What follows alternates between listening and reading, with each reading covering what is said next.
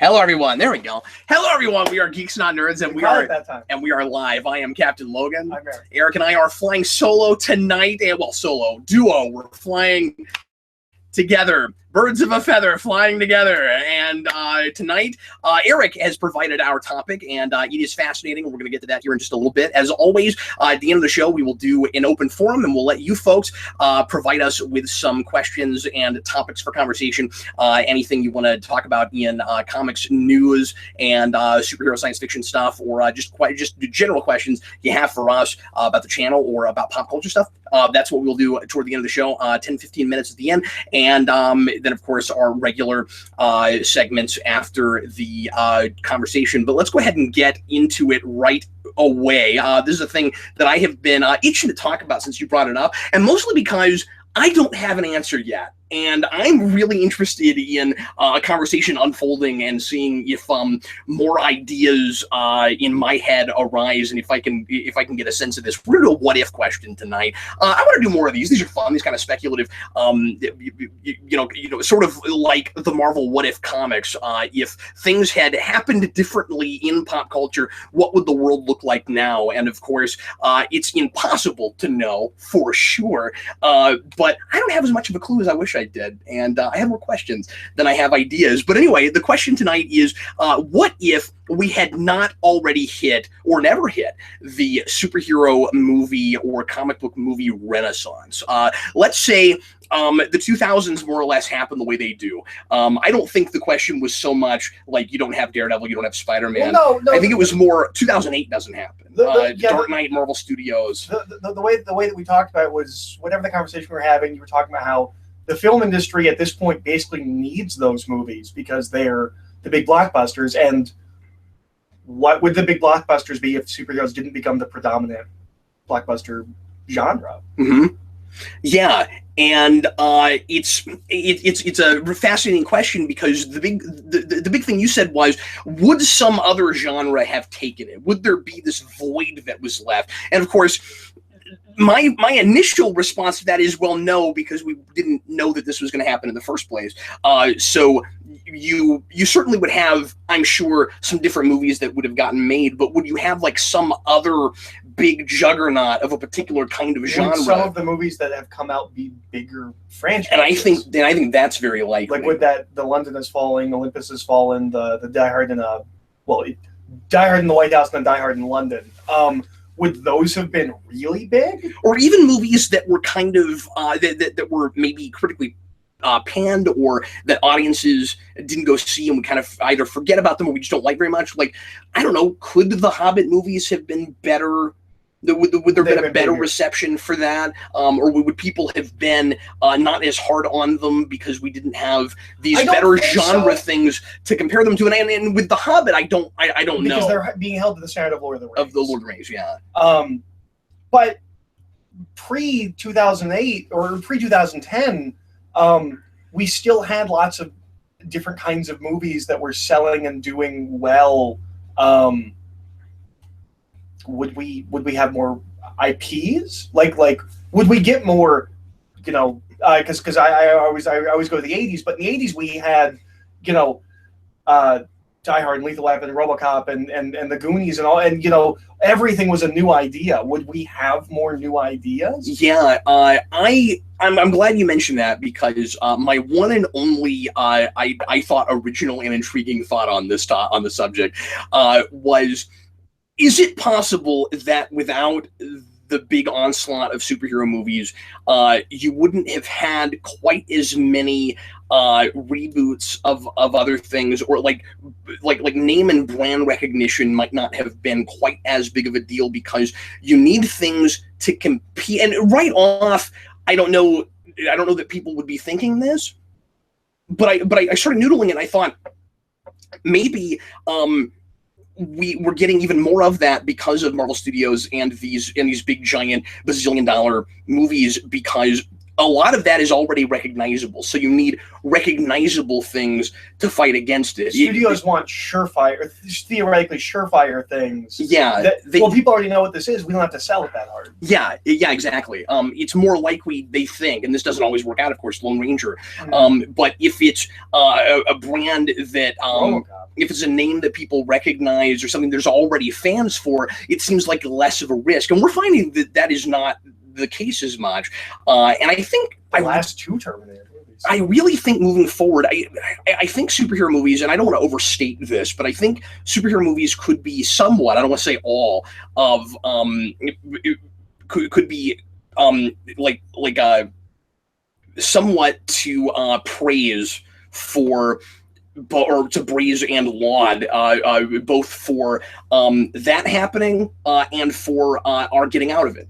That we think we need recognizable ideas or names and things to go up against them, but then now within that genre, we're starting to put out more things that nobody's heard of, and so then that could help more companies go, okay, we can take chances on things.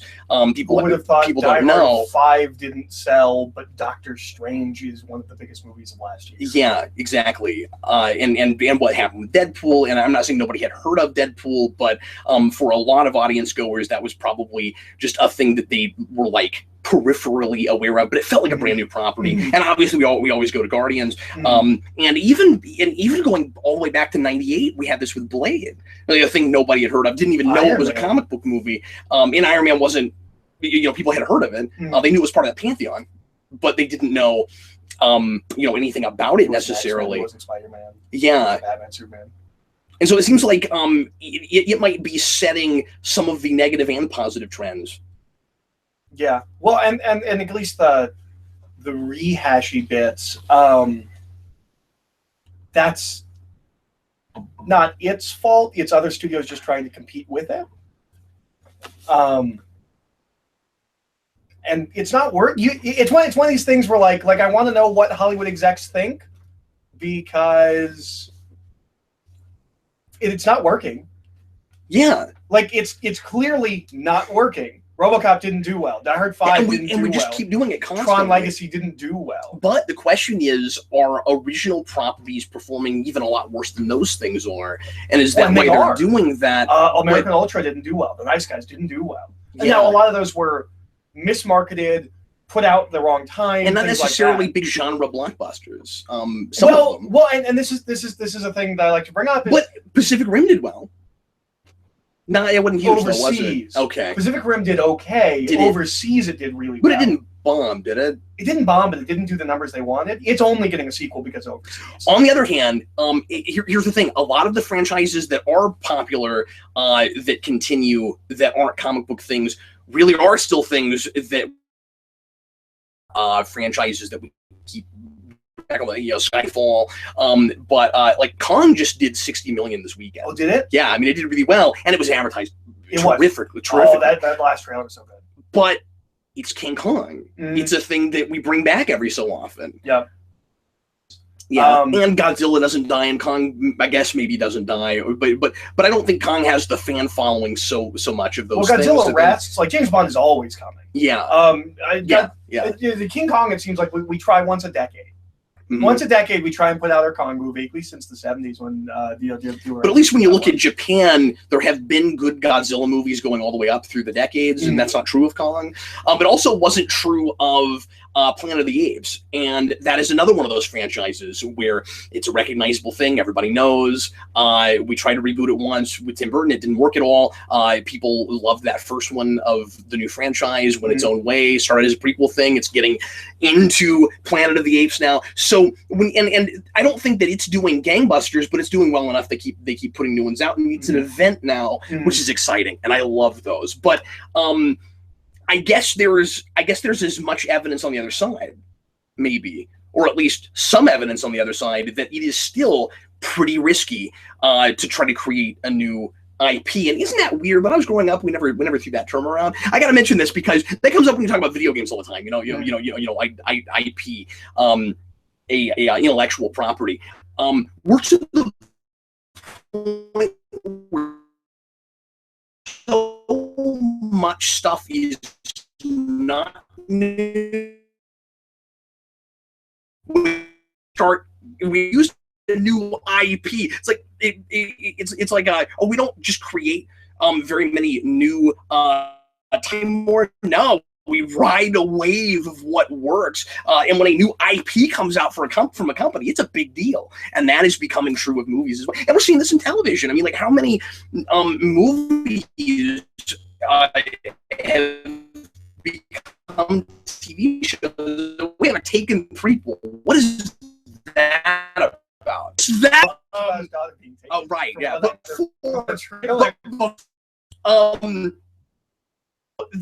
That is necessarily because of superhero TV shows. I don't want to go that far, but it's interesting, isn't it?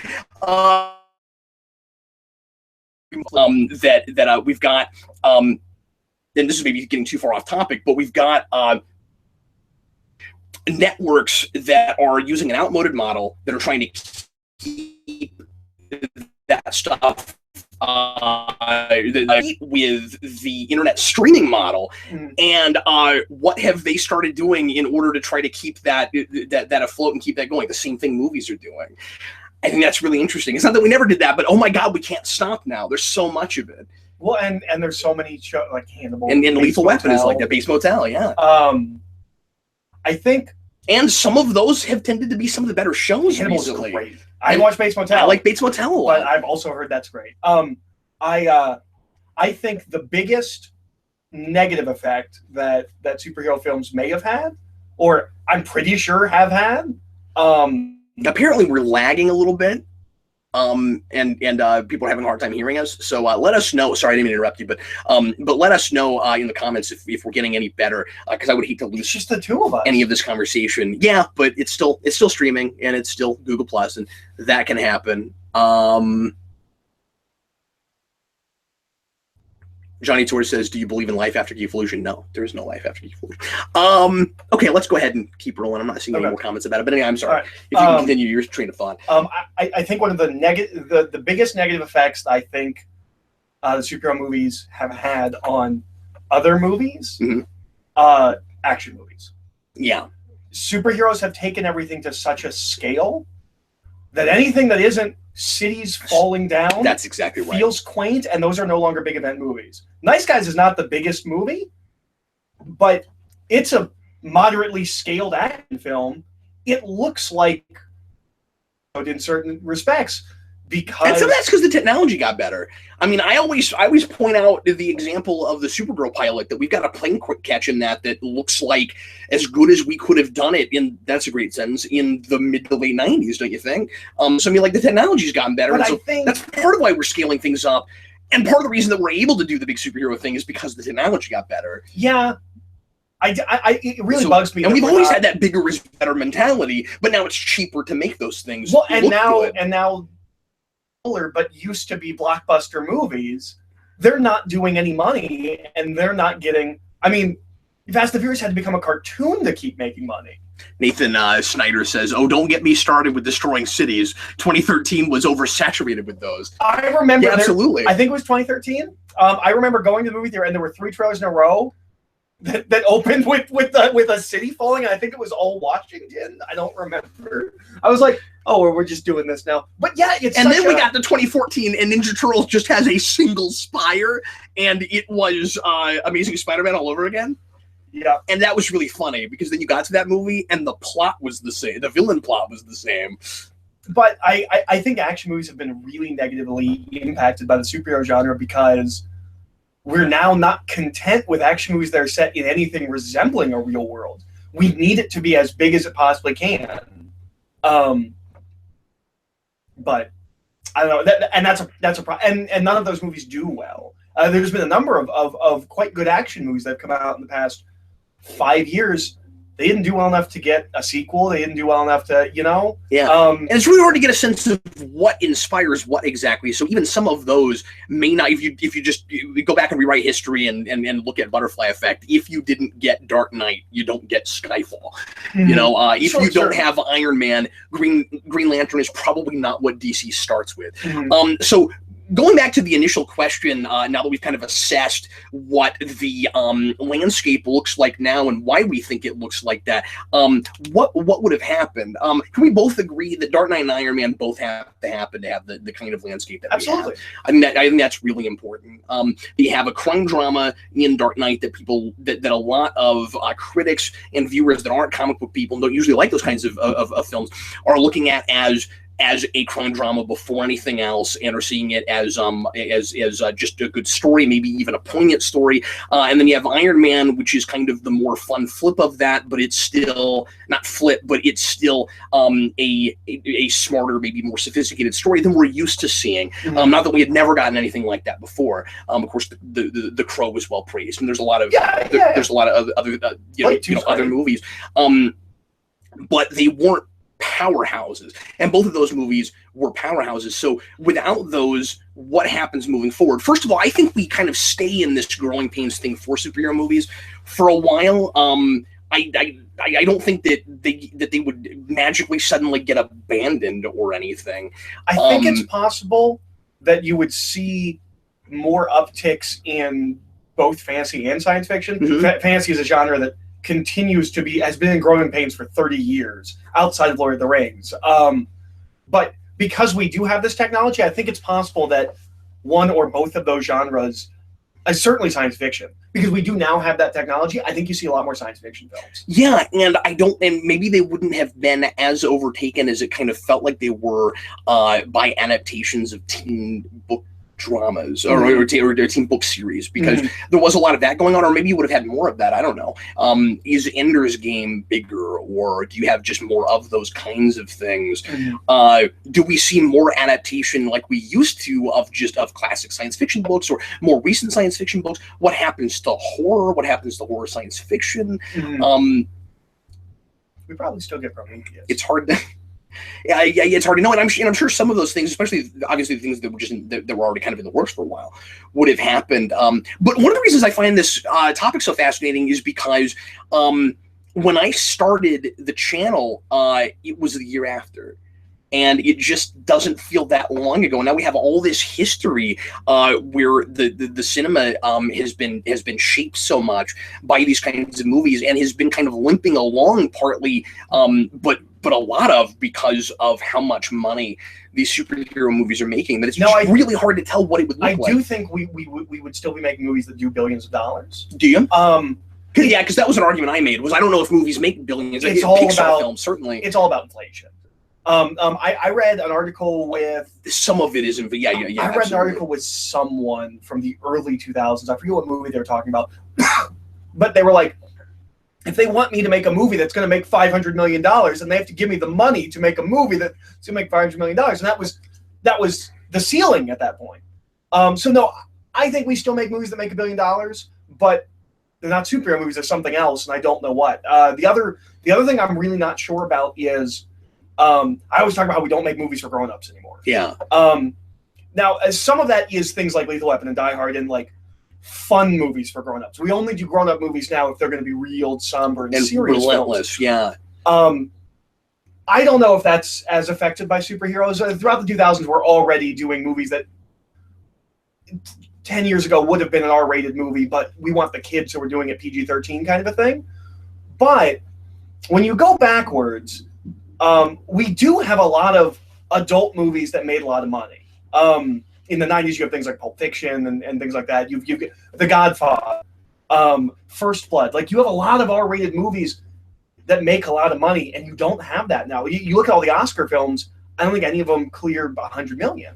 Yeah, and would people see those movies? And even Tarantino, he's not doing Pulp Fiction money. Django didn't do as well as that. Yeah. People liked Django; it was popular, but I don't think it was Pulp Fiction numbers. Yeah, and so I'm kind of. I think even something like Kill Bill probably wouldn't make the kind of money now that it did then. But you're probably right. I guess I'm not sure. I don't think it would. So I'm kind of.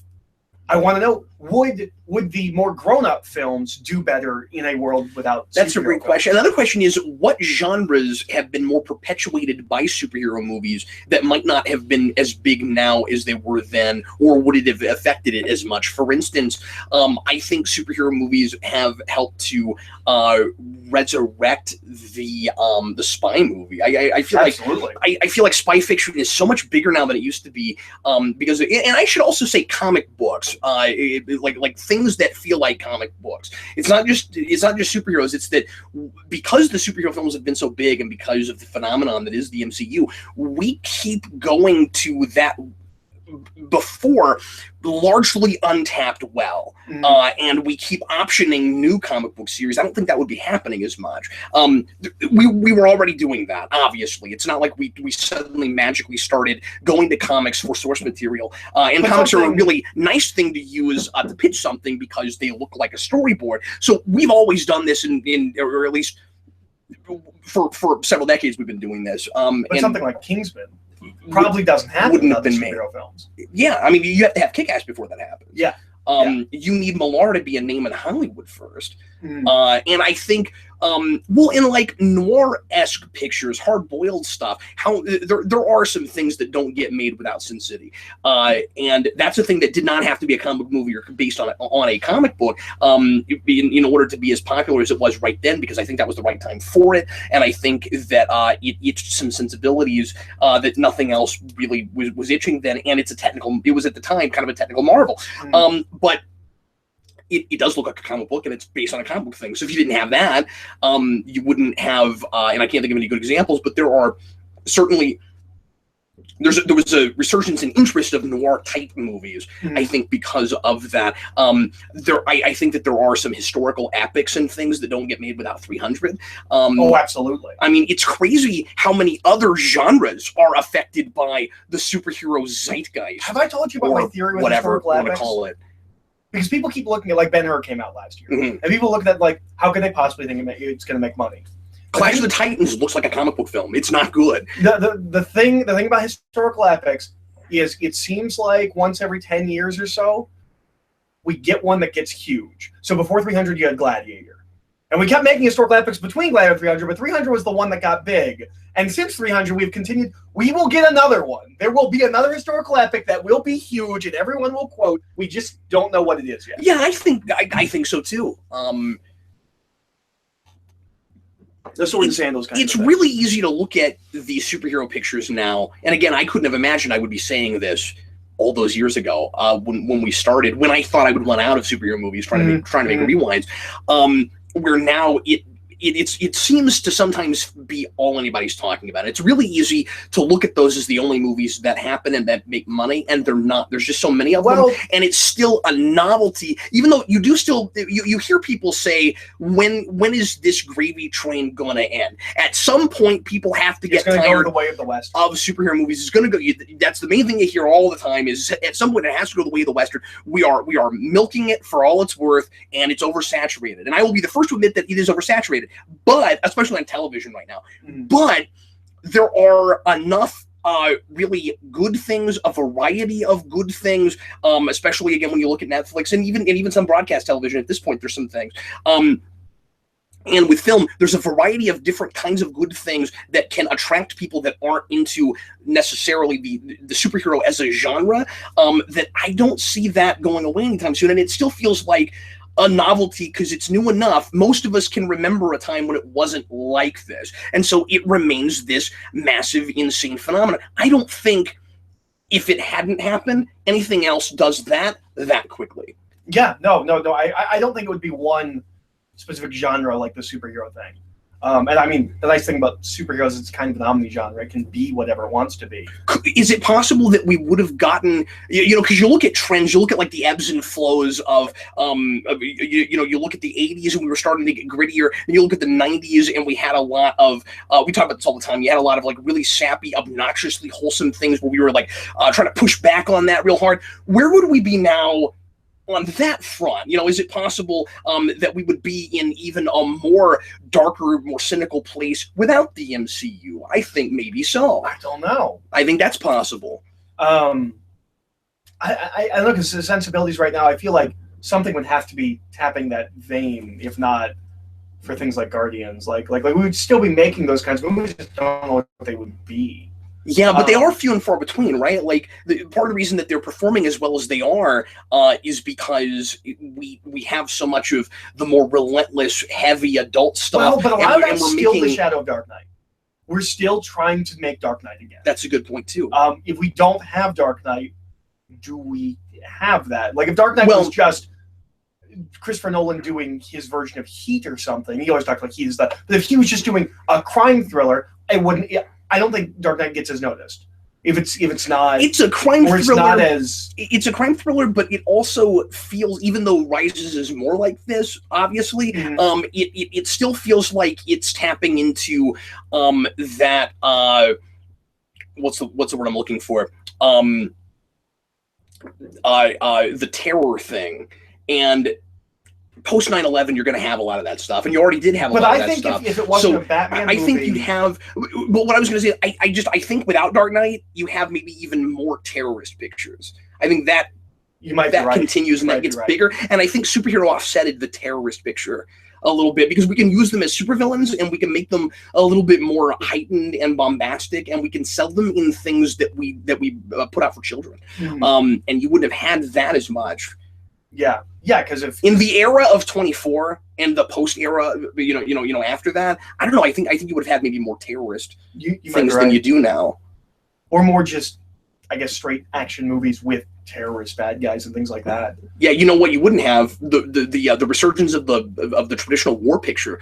That's not going to happen. We don't have those anymore, and we don't have those kinds of wars anymore. Yeah, like that's not what you're looking at now. We have more wars against groups than we do against nations. You're not gonna see that kind of stuff as much. That's true. That's true. Not the traditional war movie, and certainly we keep trying to do a kind of them historical epic war films. Yeah. Dunkirk's coming out. Would you see more historical fiction, or has the superhero movies post First Avenger even helped to perpetuate that as a genre?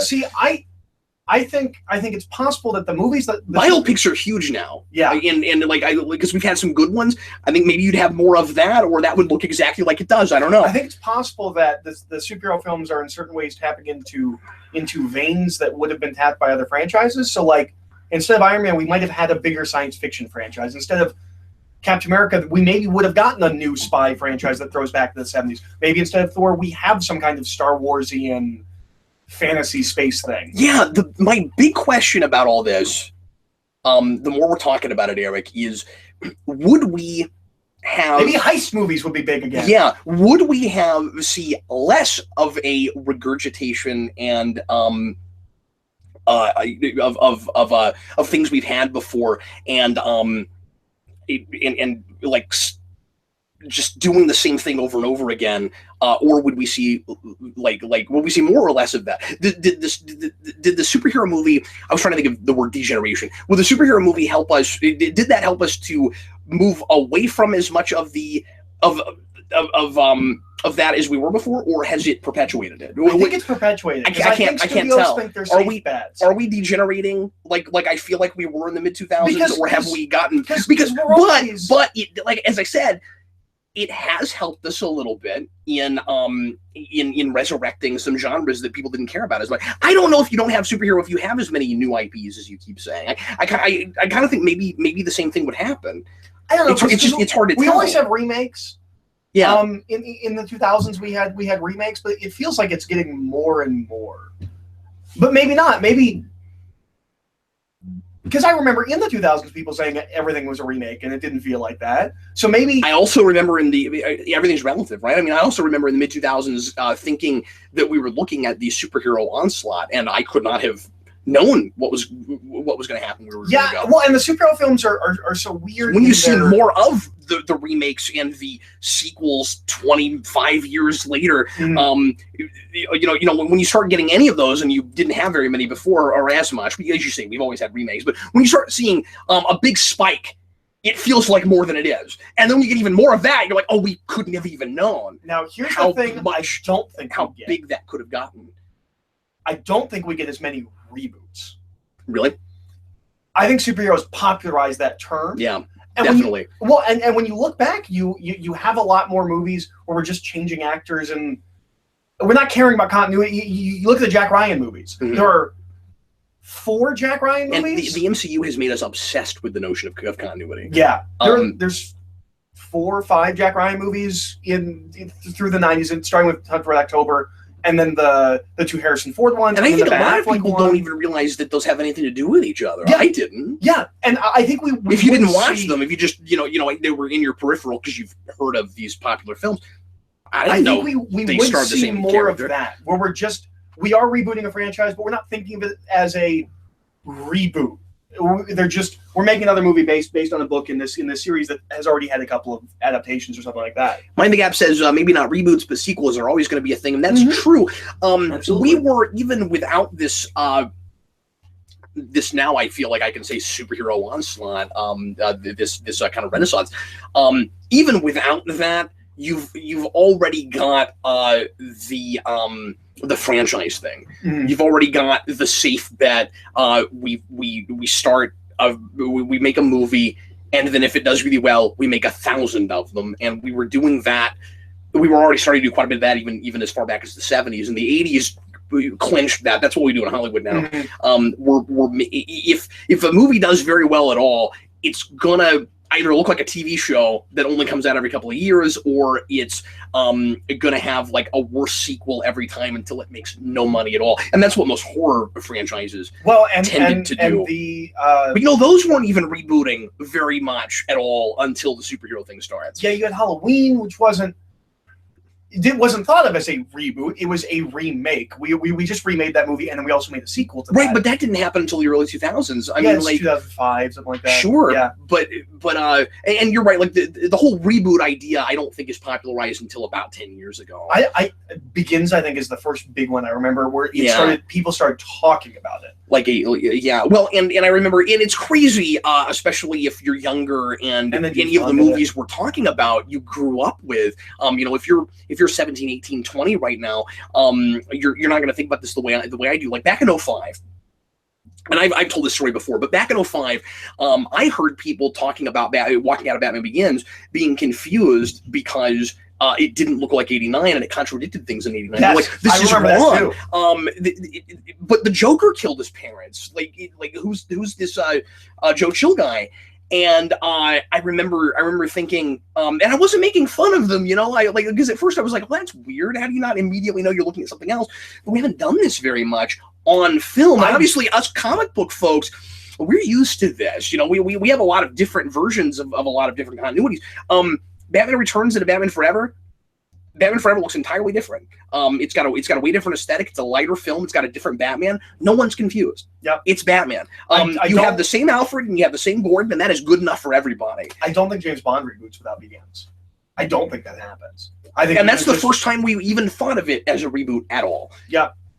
Which is a gnarly notion when you're talking about James Bond. Yeah, because it gets to 20 films, I think. 21, 22, something like that. It gets around there. Kevin Spacey says no, he didn't.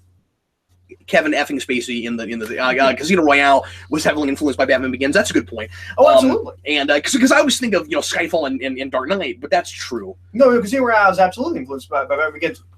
And I think at the core of it, I don't think Casino Royale would have been a reboot if Begins hadn't come out. It just would have been another Bond movie with a different actor. Mm-hmm.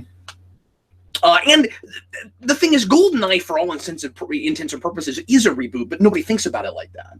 Well, I mean, there's always a shift when you change Bond actors, but there's a couple of things that keep continuity. That's a dramatic shift versus anything I think that had been done before. No. I mean, I don't know Bond that well. View to a Kill to Living Daylights is a real dramatic shift. Is it? Okay. Yeah. No. Bonds are almost. I guess partly I'm saying that because I feel like the previous one looked like a different era, and now we're in the 90s. Like, well, and I mean that's true, and that happens. But the Bonds are almost always dramatic shift because by the time a Bond leaves, Bond has this thing. We start small and dark, and by the end of it, we've gotten big and silly. And so when we cast the next actor, we go small and dark again. So it's always night and day between Bond actors, mostly. So no, I don't think that was any more of a reboot. what's his name, Dalton. But I'm also not sure it's all. Well, okay, it is not as much of a reboot, I guess, as Casino Royale because that goes back to the beginning. We made him younger, and we made it the first time. We made it Bond before Bond, and we did your very typical now reboot thing of he becomes the guy we know in the last scene, and then the sequel, and then finally we do the Donna, and we don't have that during the rest of it. But yeah, he walks out Donna, you know.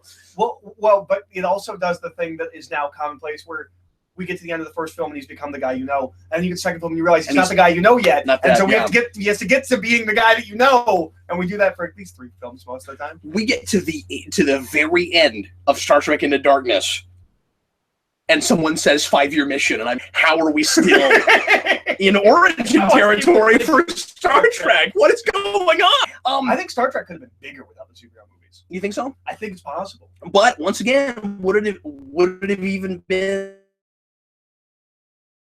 It's hard to tell because all of this stuff is genre, and you look at the superhero movies. We're going to all the science fiction, fantasy, and all these different things.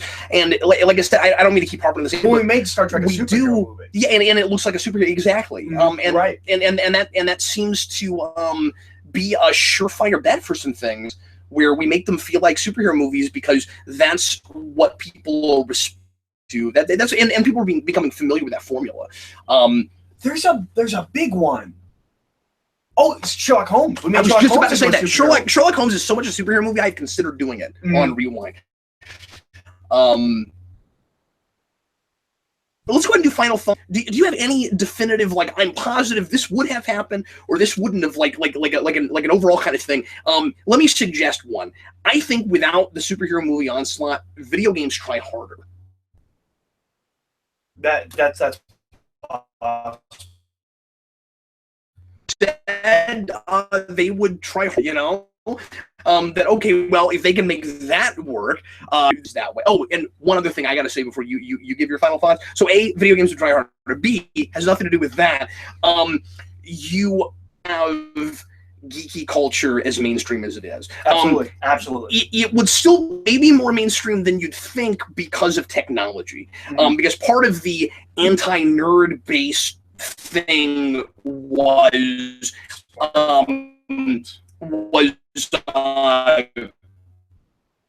computer and people know more technical jargon having to do with that kind of stuff, and so it's not as silly anymore because people have found that it makes their lives more convenient and that they like it, and so they integrate it in their daily lives, and so a lot of that old nerd speak becomes part of the regular vernacular for the cool kids. So that happened, but I don't know if whenever I go out with a big stack of comic books like they do now, I don't know that people would make fun of me, but I have people come up to me now and ask me what I'm reading, or they find out what I do and they think that's really cool. You wouldn't have as much of that, and YouTube would look real different. Oh yeah, absolutely. I don't. There's a short story in this. Yeah, I don't know. There's so many possibilities. Yeah. There's also an argument made that the superhero movies, specifically things like Iron Man and the Marvel Universe in general, is such a slightly heightened technological science fiction universe. I think there's an argument to be made that if those movies don't happen, we make a lot more cautionary tale, almost cyberpunkian.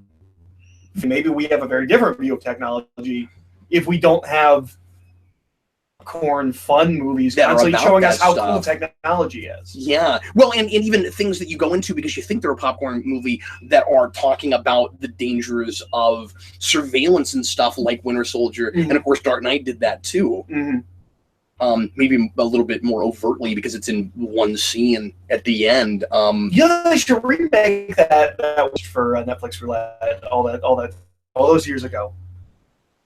The Gene Hackman one. I can't think of the name of that. They should remake that. Yeah, I liked that movie, and you thought it was boring. It's ripe for remaking. No, it is. Actually, it is.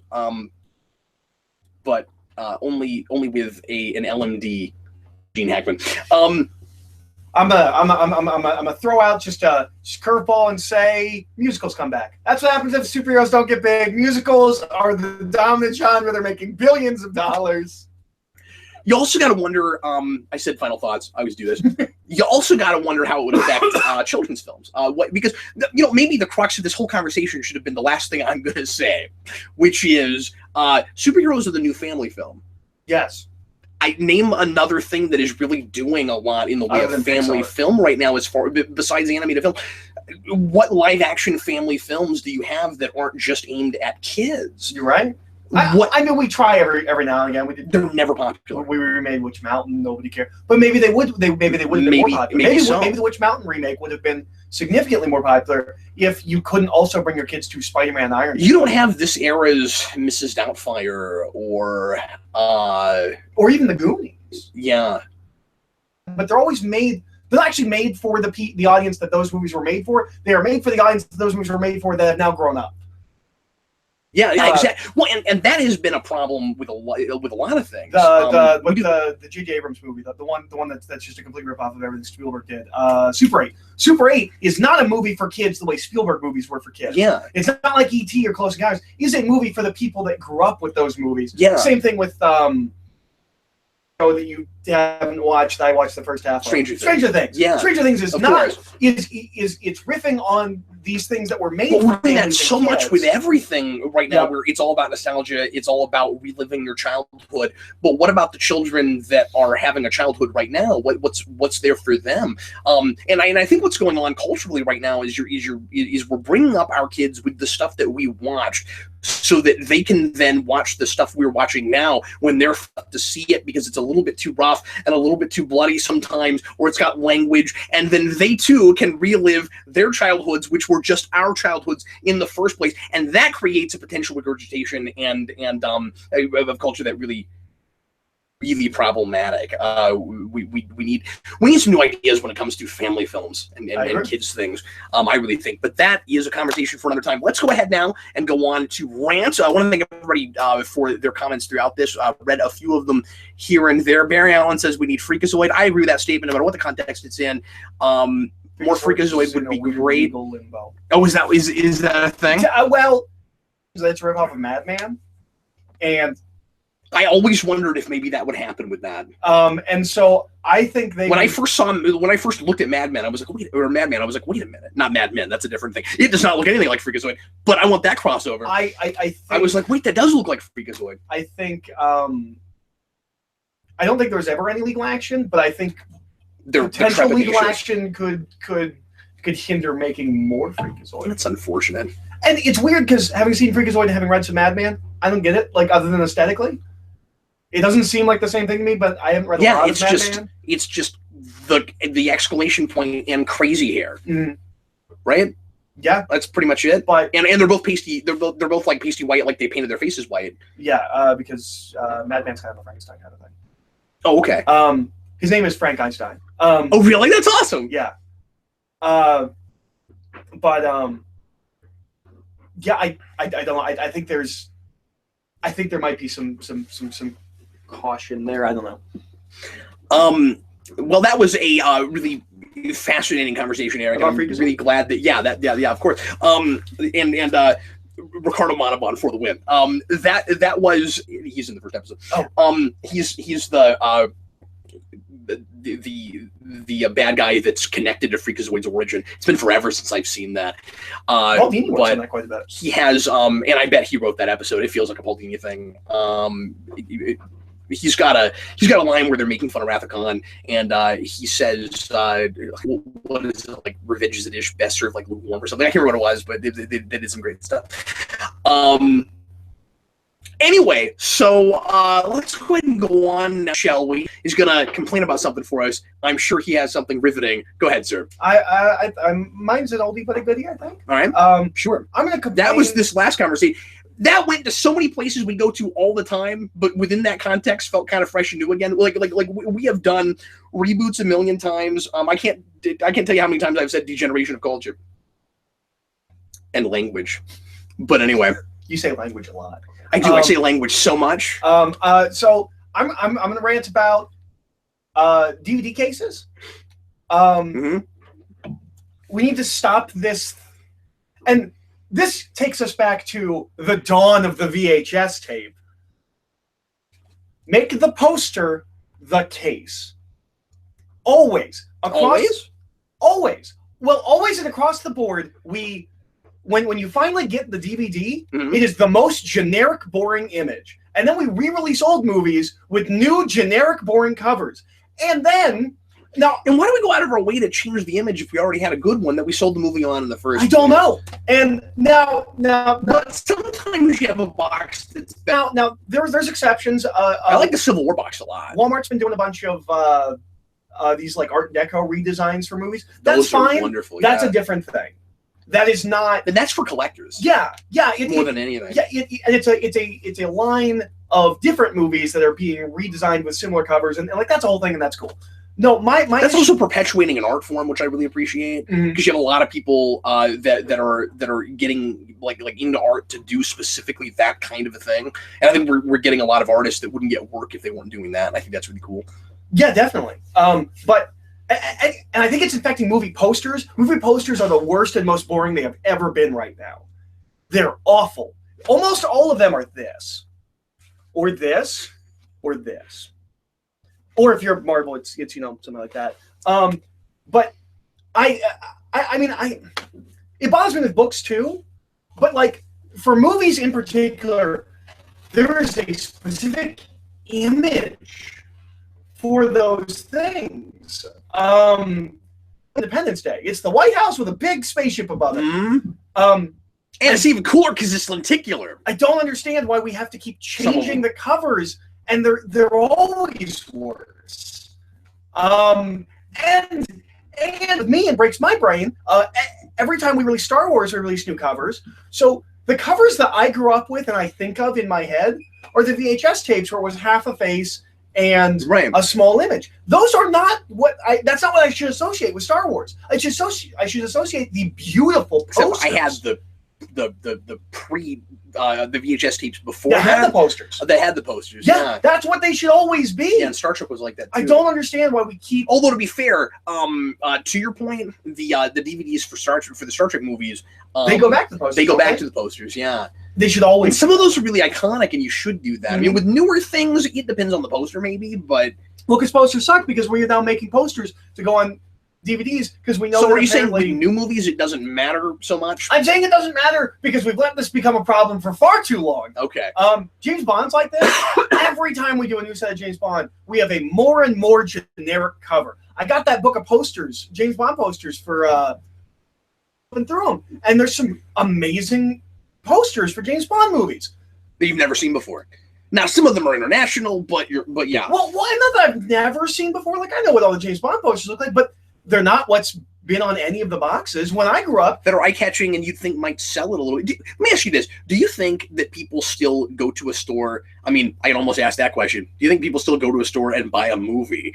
I can answer that question. But do you think, yeah, because you work in a place, but do you think, yeah, but then this is all over the place now. This is all over the map. This is derailed and maybe like dug several several levels into the earth. We're going to reach China here in a minute. But here's a question about work. The people that go in and buy DVDs, are they younger or are they all people that are like older that always went and bought movies? You know what I mean? Is it both? Okay. But anyway, so when people go to the store, do they buy movies because they've heard of them, or do they sometimes buy movies because the box looks cool? Does that happen? Does the comic book thing happen? I buy movies because the box looks cool. You'd think it would. See, I don't know if I've ever actually purchased a movie I've never heard of. I'll just look it up and look into it. Yeah. I mean, I'm more likely to go like look online on my phone. Like, but I'd like to think that happens. I'll say I do that with video games. Yeah. I buy video games I've never heard of because the box looked interesting, so it caught my. It's not like I went, oh my god, I have to have this box. It's the art looks interesting, so I flip it over and find out what it's about. And if I like what it's about, then I buy it. Maybe I look at a review, but I buy it. But yeah, so anyway, so that's my rant. Can we just make? But that would be the reason. That would be the main reason you should do that, because you'd sell more product. Mm-hmm. Yeah, because they're better looking covers. When I grew up, James Bond, all of the James Bonds are picture James Bond like this, and this is the most impressive thing about James Bond re-releases. They've always got a new picture of James Bond doing this. I never see the same one twice. It's with all the actors. Well, I don't know where they're getting these pictures from. I don't know how they still have new pictures of Sean Connery I've not seen doing this. But They're all him doing this, and like a small little picture. They're like the Star Wars covers, a small little picture of like something from the movie. That was all of them. Can you imagine if you had that many production or promotion shots from a movie that you were hanging on to for decades to make sure that you never use them all up? We still have promotion shots of Sean Connery doing this. Roger Moore, he's just like that. Sometimes I'll find another one of Shatner as Kirk where I'm like, how have I never seen that? And you see with TOS especially, you see the same ones reused a million times. When you see a new one, I lose my mind. I'm like, how have I never seen this before? But yeah, can we just? I mean, books are similar. I go on a whole rant about reprinting books with the movie poster, but I know why we do that. It's because we want you to go into the bookstore and go, oh, Gone Girl, that's Ben Affleck there. I saw that movie, or I was interested in that movie. This is the book. I get why we do that. I don't know why we keep putting out these really generic movie covers for everything. Tired of it. I'm done with it. Some of the Die Hard covers. Just John McClane, like, I think all movie posters just a guy with a gun going like this, because Die Hard is also John McClane going like this, and a building in the background, and then a plane in the background, and I think Sam Jackson in the background. I want to see that with Michael Keaton Batman. But with a batarang. But he's got the I was gonna say he's got the grapnel gun.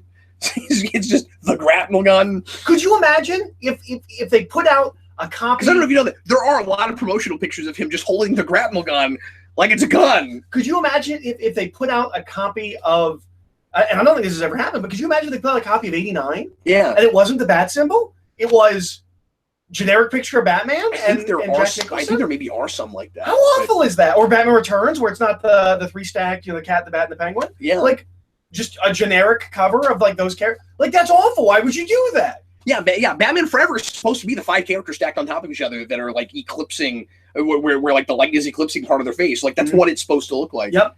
And Batman and Robin is, who cares what that was supposed to look like? The four corners of yeah, right. Yeah.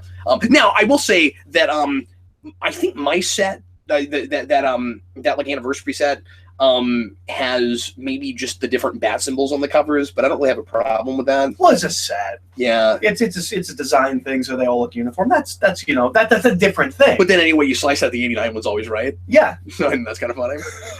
No, I was being somewhat facetious earlier when I said, do people still go in video stores and buy movies? Because so many, I know people do this. Again, I was curious to know how many people a lot younger than me do that, because I seem to run into a lot of people that are surprised that I bother like letting my movies take up space, because you don't have to as much anymore. I think there's a lot of people that, this is another topic, but I think we're kind of ridding people of collector mentality to some degree, at least when it comes to with DVDs, sure. To some media. Well, with video games, we are. But everyone, and this might be a rant one day.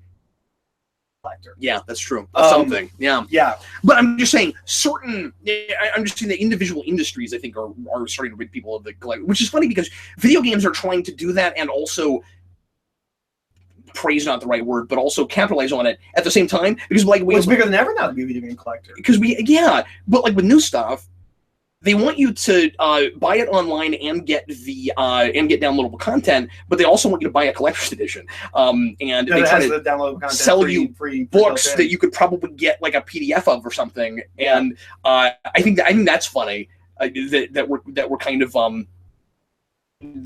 like trying to sell things to people in a contradictory way, where we're like splitting them two different directions. The whole video game industry has changed a lot, and that's a conversation for another time. This is bullseye, and this, my rant's not going to have anything to do with this comic book, but this just, I haven't read this yet. But this happens. I don't know. I haven't read it yet. This happens to have the ad in it that I wanted to talk about today, and I've told you about this. It's pretty great. Boy. All right, so this is no rant. Oh no, it is. This is kicking a child while he's falling down. That. No, Bruce, they're never the same. Okay, so if you only have something mediocre to say in trying to sell a TV show, don't say anything. The ad, and if you've been reading this week, you're going to know what I'm talking about before I even get into it. Or if you didn't read it, you should have, because it's hilarious. There are two quotes from different journalism outlets. One is from Nerdist and one is from IGN, and they both are supposedly trying to be like resounding endorsements for Agents of S.H.I.E.L.D. And one of them says this. This is the ad.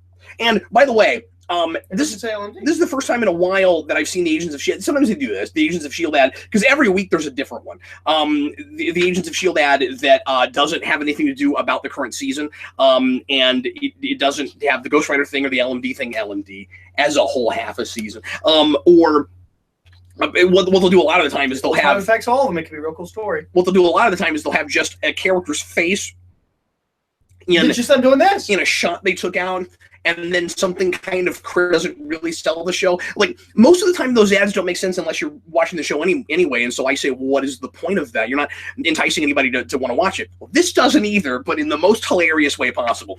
The first one from Nerdist says, "I'm hard-pressed to recall a single episode this season hasn't delivered." You might as well say, I don't know, I remember a couple decent episodes, but I don't, like, I've been watching it. I promise I've been watching.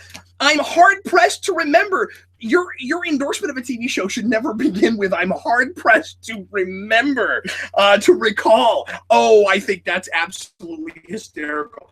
There might be some really, it looks like, whether you think the show is boring or not, this ad looks like they're selling a boring TV show. Yeah. It doesn't matter what your opinion of the show is or what my opinion is of the show. It got boring enough for me that I dropped off, so I find this especially funny. It's also non-specific. That quote could totally be about Baywatch Nights. Like, you don't know. Yeah, it doesn't really have... No, you're right. You're right. It's not specific enough to the show that you're talking about. But yeah, I'm hard-pressed to recall an episode that hasn't delivered. Okay. And then this is even better. The fourth season of Marvel's Agents of S.H.I.E.L.D. is as great as the show has ever been. It's as great as it's ever been. The show that people continuously are trying to figure out how it's still on the air and it's always circling cancellation. Great as it's ever been. Yeah, that's great. Okay, good. Well, I'm glad we're pushing envelopes. That's fantastic. I can believe that. That ad, I mean, they paid money for that ad. Better than it's ever been.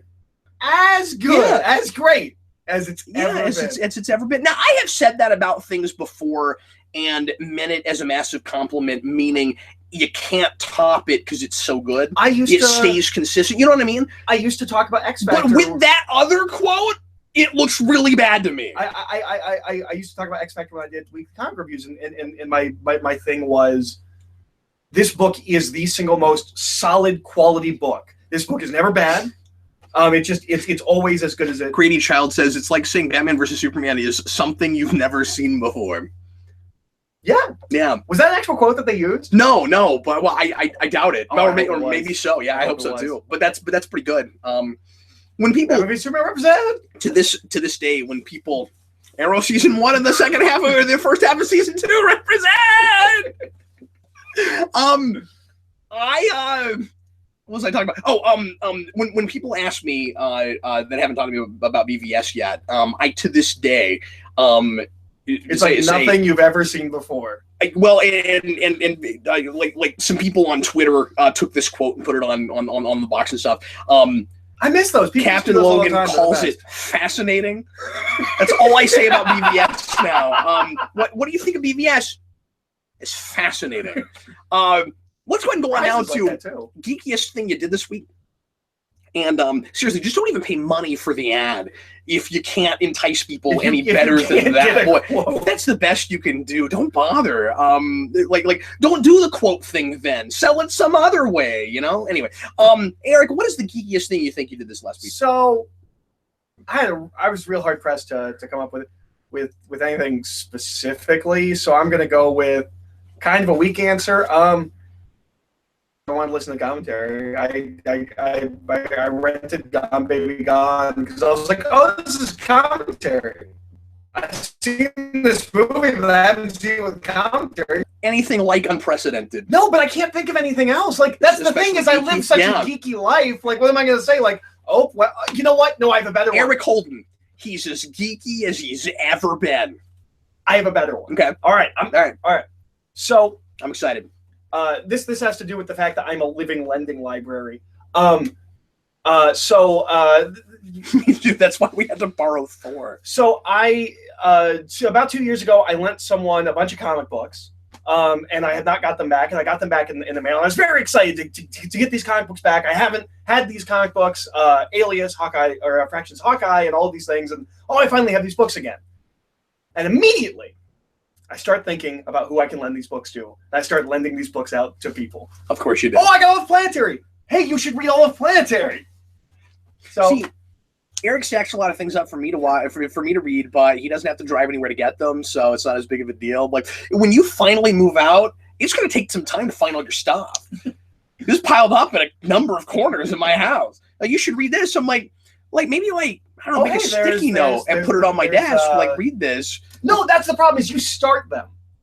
You started Gotham Central Volume 2. Yeah, you started. I know. Old Man Logan, the Bendis one. Oh yeah, I started that Batgirl thing. You started Batgirl. Yeah, and he's got a whole short box of things for both. And actually, that one we'll have to like go through if we don't finish it because some of it's yours, some of it's mine. Of things that we want to do vaults on. Yep. Yeah, that is pretty geeky. That's pretty good. Okay, well, I don't have anything great from just this last week. We haven't done the show in a while, so I'm going to cheat and say over the last couple of weeks. Well, mine's also technically from like a couple of weeks ago. Okay, over the last couple of weeks, I've been going to. I've mentioned this on the channel before. This arcade bar in town called T3. I've been spending a lot of time there. We've been there a couple times together. Yeah, sometimes Eric and I just go there and hang out, and sometimes we play games. Sometimes I bring comics there and read. Like I've been trying to start bar fights. I've been doing homework for it's it's almost with that Deadpool guy, it's too above board and it's too like family friendly, which is really good, but it is hard to start a bar fight there. I think maybe if we came in as like Joker thugs or something, like maybe that would like if we themed it, if we nerdified it. We came in the blue bomber jackets and we had a boombox and yes, like Joker thugs. Yeah, party man. Yeah, we just started painting all this stuff. yeah, and then we get to the Mortal Kombat machine, and I'm like, no, Bob, leave this one. I like it. Or something. Anyway, I did that would Galaga. That's what I hit. Leave this one, Bob. Mine would be Galaga. Yeah. But anyway, so the geekiest thing I've done the last couple weeks, I've been doing tournaments there. And I've been posting my face on their TV. Do I look like I'm joking? But that is my favorite line. Some of my favorite line delivery of Jack in that entire movie. Do I look like I'm joking? And then we cut back to Vicky, and she goes, but anyway, I've been going to tournaments at this arcade, and I've done 2 now, and no, I've done 3. Lost 3 now. And I didn't win, but I won 1 round in each of them, and I was real proud of that because I was playing against like really tough people. The round I won was always in the losers bracket, but I still felt real good about it. The first one was Injustice that go around. Yeah.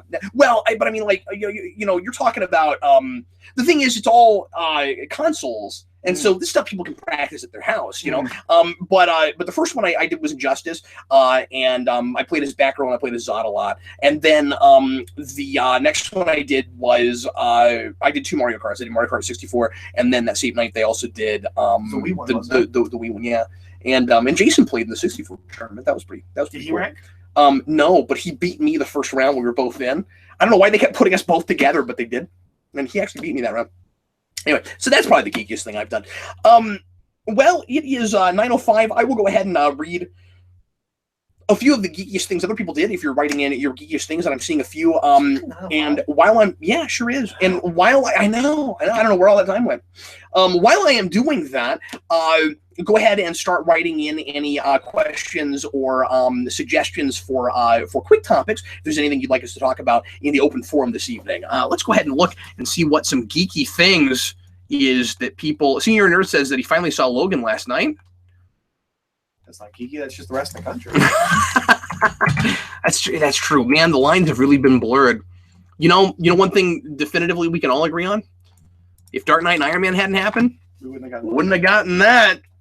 You wouldn't have gotten Deadpool. You wouldn't have gotten Logan without. Well, maybe you would have gotten Logan without Deadpool. That's hard to tell because they come out a year apart from each other. From what I understand, they were pushing to do an R-rated Wolverine film Fox let them do it after Deadpool's success. So that is an important thing. Yeah, it would have been like that probably. Well, but maybe it wouldn't have been because if they had allowed it, but reluctantly, there would have been more studio control and mandate. And Mangold would only make it if he got to make that movie. Yeah, so it just wouldn't have happened then because he wouldn't have done it with any kind of micromanaging.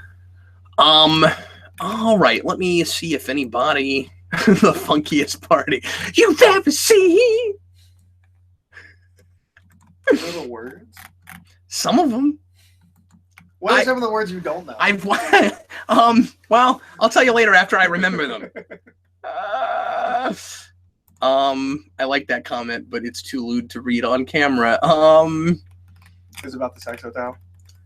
No, it's not about the sex hotel. It's not about the Velociraptor room. Geekiest thing I did was researching the history of Samurai Jack. Of the Samurai Jack theme song, which was apparently made by will.i.am. Wow, I didn't know that. Oh, cool. And samples Ralph Vargas and Carlos Best. I didn't know that. Dimitri, too, wrote that comment. Thanks, man. One of these days, I'm going to have a real bad wiki hole, and that's going to be my geekiest thing. Gary Childs, the geekiest thing I did this week was playing Bloodborne, and not much else. I don't know anything about the game. It's like Dark Souls, but it's like Victorian Gothic, and you wouldn't like it because it's Lovecraft. Oh, Lovecraft inspired. Yeah, but the aesthetic is look. I don't like. It's not that I don't like. I want you to love Bloodborne. It's not that. I want you to love Bloodborne. And you're like, oh, it's so cool. It does this. And I'm like, well, it's just Lovecraft. Okay, so let me explain this to you, Eric.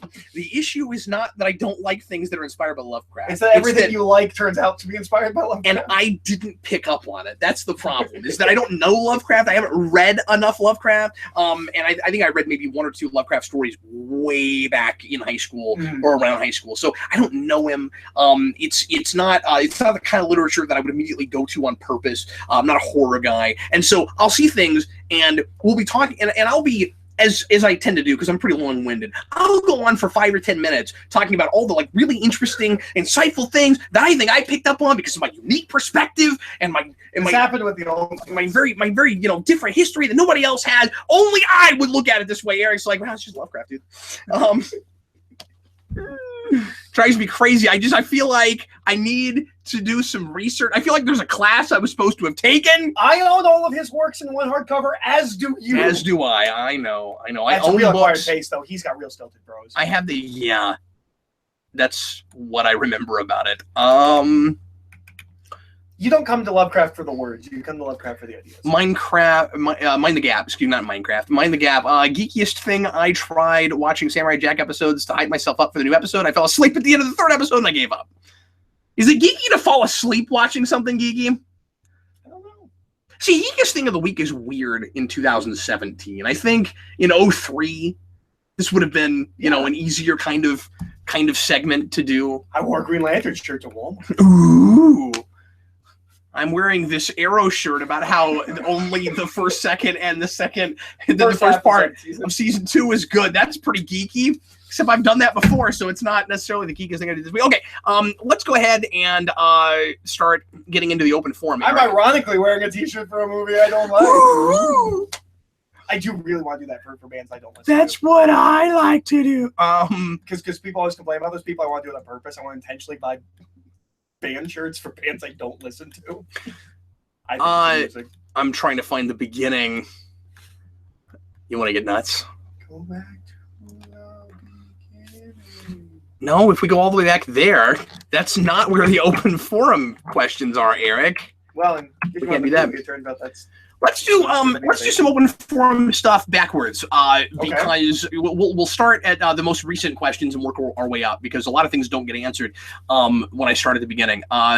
So some other things won't get answered because I didn't get to the beginning. But anyway, let's go ahead and do, and you guys can feel free to keep leaving questions, and if we get through a bunch of these, we'll look at those. But let's see how we do. Z wants to know if we lament the absence of trailer announcers in modern movie marketing. Not so much. I feel like the what is the name of that? The fake trailer guys that have the trailer on YouTube. What is that called? It's not literal trailer. What is it? I forget. You know what I'm talking about. Honest trailers. Honest trailers, yeah. Has that ruined it for people?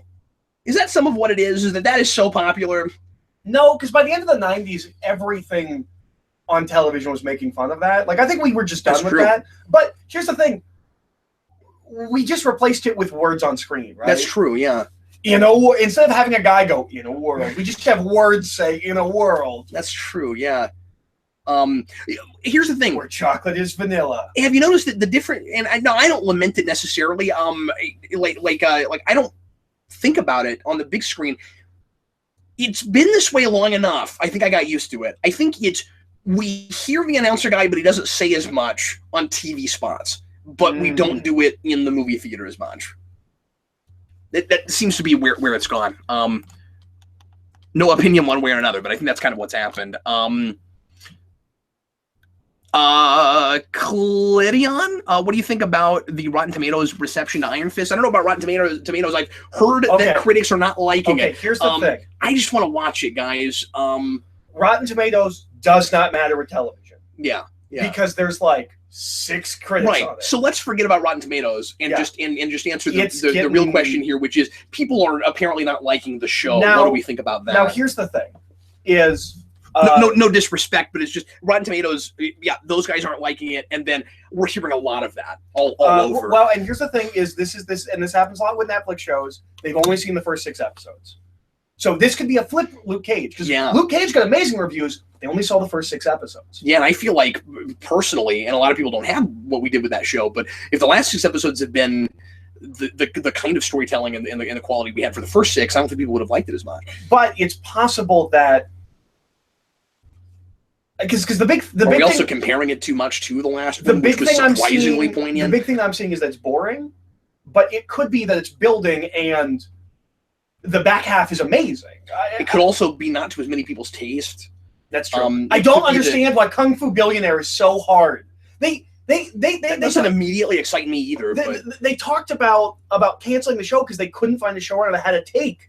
Kung Fu Billionaire. I don't get it. It's right there. I'll run your show for you. I'm not a kung fu guy, so it's hard to get excited about it. But no, I'm real bummed. I want to. I'm really hoping that it is not the. I'm open-minded, but I'm hoping. And I like what I read of the fraction stuff. But I'm hoping it's not the big blight on the Netflix series. That would be real disappointing. Because I like Iron Fist quite a bit. But getting a lot of questions about channel things, and I haven't done an update in a while, so I'll answer some of these when I see them real briefly. But Scott McCullough, a friend of mine, told me you were reviewing the Teen Wolf show. Is that true? Yes. Are you? Yeah. Somebody sent me all of it, or somebody sent me half of it. I got the first 3 seasons of it, and I promised them I would watch it. And I'm not gonna probably do rewind format, but I'll do some kind of a laid back off the cuff thing on it. Oh, interesting. You can watch them with me if you want to. That's not your thing at all. It's teen drama. It's werewolves. But I said I'd look at it. I think the main guy is. It's Lo's favorite thing. He's the guy who did Superman this year on Superman. Yes, that's what it is. And that's probably why folks thought of that show. It's a show Lo likes a lot. But I promise I'd take a look at it. This is a funny geekiest thing. Josh 1868. The geekiest thing I did was defeating Ultron in Marvel Puzzle Quest. My wife's been playing that game constantly. It's her favorite thing. And Sarah keeps coming to us and explaining plot points of old major Marvel that's arcs. What Secret Invasion is. She's getting an education. She keeps going to Eric to find out if things she's reading actually happened in events in Marvel. It's pretty great. Yep. Bucky got his robot arm ripped off, and they said he was dead, but he was an LMD the whole time. Fear itself had no consequences. Sam Karanja, Cap, are you watching Riverdale? No, I don't have any interest. I said this to you earlier. Yeah. It is the CW shows with everything you hate and everything you like taken out. It is just relationship team. Well, that's what I would assume it is. And I haven't looked at it. I've not a review. That's what people have told me. That's what it looks like. That's what Steve says. And I'm not basing whether or not I watch it on Steve seeing it, but I just didn't really have any interest in it. But it's the same guys, and it seems like it is everything you don't like about those shows. Just microcosm. That's part of it. But even if it was made by a team I wasn't familiar with, I just don't. I don't have any interest in watching. I would at least try it. I've heard great things about the Riverdale comic by Wade. Because Wade's the one that does that. I know, and I reviewed the first issue on an old blog I used to do for a website, and I don't know if that's still up anymore, but I liked that. I always wanted to try Afterlife with Archie. People say that's good. It is good. Archie yeah. vs. Punisher. Or I mean, not Archie vs. Punisher. That's good too, but Archie vs. Predator is the funniest thing ever. But I've only really looked at the crossover things, and then that thing Wade did just because I was curious about it. Because the best thing I've ever read. Because I like Wade. I don't mean to be hypocritical. I've never cared about Archie, so the only time I've ever looked at it is when it was like a retooled kind of. And I guess TV show is kind of like that, but I don't know. There's enough comic TV. The only reason I would look at it is because it's based on a comic book, and it's not a comic book that I'm.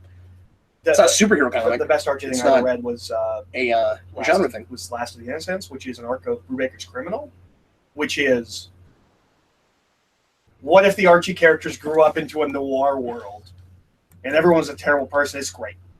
I feel like I'm sitting here having to justify why I'm not watching that show, but I just wasn't that interested in it. Yeah.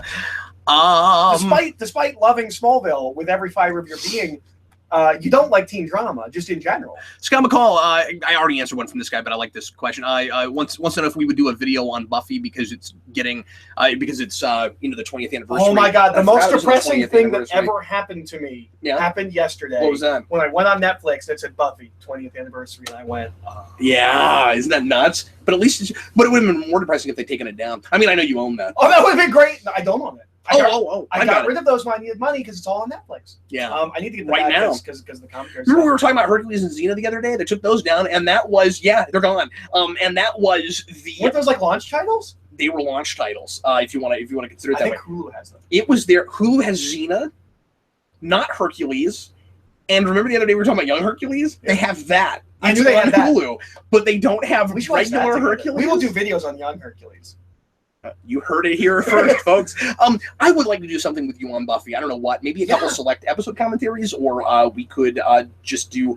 I wouldn't mind doing. I've done an overview podcast thing with one or two different people. I can't remember if I ever did one with Steve. There was a guy. Steve knows those chapters inside and out, and I don't anymore. But there was a guy I did that with who I used to have a channel. I don't know if he's around anymore. That was really good, and but it's been too long since I've watched those. Angel I've watched more recently, but Buffy it's been a long time. So I'm rusty, and I don't know that I would be as coherent and interesting. Last year I started doing the thing that I've never done, which because I've always watched Buffy and Angel separate. I started doing the watching through Buffy and then watching Angel and Buffy going back and forth. Which is what I would do if I ever went back to Xena and Hercules, but it would be really hard to watch those last seasons because they're god awful. And then stuff happened. They're Greek god awful. Gotten back to them. Well done. Thanks, bud. They're gods awful. By the way, I just want to throw this out there. If you do anything with a pantheon of gods and you have someone say gods instead of God, you're not clever. I'm just putting that out there. You're not clever. Stop it. But I could see. It's not always trying to be clever, is it? Isn't it like if you lived in a world with gods, you might say gods instead of God? But I think it would be more likely you would call to a particular god like Wonder Woman does, like when Wonder Woman says like buy Hera and all that. Like that's what I would think would happen. No, I'm talking about when you take normal phrases where you would use God, and you just add an S, like God's darn. God, yeah, that's what I'm talking about. You know what that is? That's dumb. I think that's. I don't like that. That's what I'm saying. No, that's weird. You're not cute. You're not clever. Yeah. Stop it. Yeah, that's not. Yeah. With respect to anyone who's ever done that, don't do that. That's what I think. Dimitri too says the new Ninja Turtle show is going into its last season. I didn't know that. Oh, interesting. So that's good to know. Any chance we'll ever get what I want?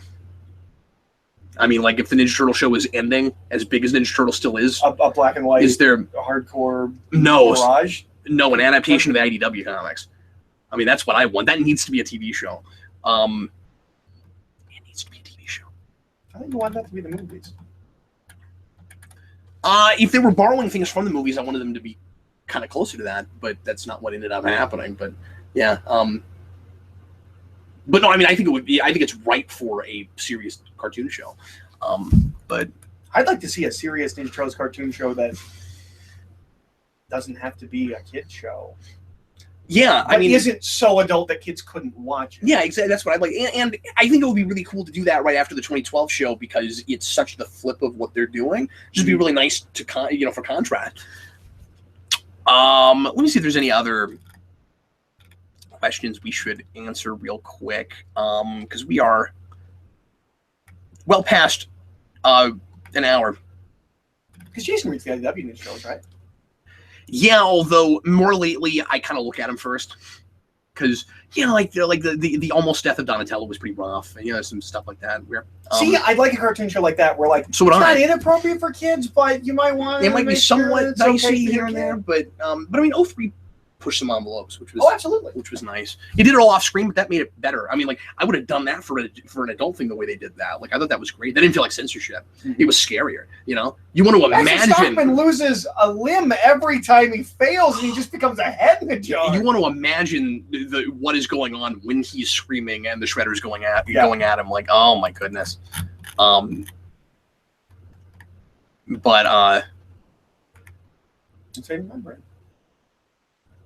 But anyway, somebody else asked how the current Superhero Rewind is coming along. I'm about halfway done with it, with writing it. Anyway, I'm gonna work on it some more tonight. All weekend I've been working on that. It's the top 10 episodes for Spider-Man the Animated Series. It is probably at this point going to be 2 videos because I'm writing quite a bit. So I'll probably do what I did with 60s Batman, but there won't be 3 months in between. Hopefully, probably there won't be 3 months in between because I'm writing it together. And then after that, I'm doing the Wolverine, which is late, but that's the next one I'm doing. You have to go into Guardians, right?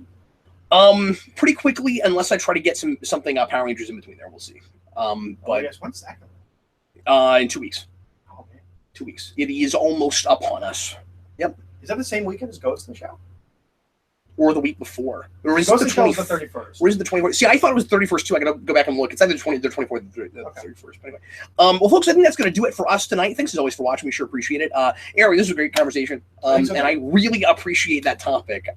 Because all I could I wish Rasco had been here because he's a film guy. I want to know what he would think. Yeah, and he has a real good he's got his finger on the pulse, he's got a real good sense of what's what's going on in film culture and the trends and things. So yeah, I wish he was here too. But we decided to go ahead and run with it, even though we didn't have a panel tonight. And I think we did a decent job. I think so too. But anyway, thanks for watching, folks. And we will see you again with more videos this week. Eric and I are going to be real close to done with Marvel Mania by the end of this week, if all goes according to plan. We've got 8 left to record. We've got 1 more we haven't posted yet.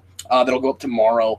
And so beginning of next week, middle of next week, we will finally be finished with that. So yeah, it's exciting. So that's going on, and then of course, if you didn't see it, we started a new comic series, which is another new comic series, the 6,552nd iteration of that, and that is a monthly show now. You talked about it in the first 10 minutes. That's right. There's and I was sitting here trying to remember the number. I think I used the same number. That's what I was trying to do. But anyway. It's the monthly pool party. It's with me and Ian and Lo, and we're really excited about how that turned out. And you can see us eat cupcakes. Not through the whole thing, though. We're not eating. Just at the end, just cupcakes. Anyway, thanks for watching. We sure appreciate it. We'll see you again real shortly with lots more videos. I am Captain Logan. And I'm Eric. See you, folks.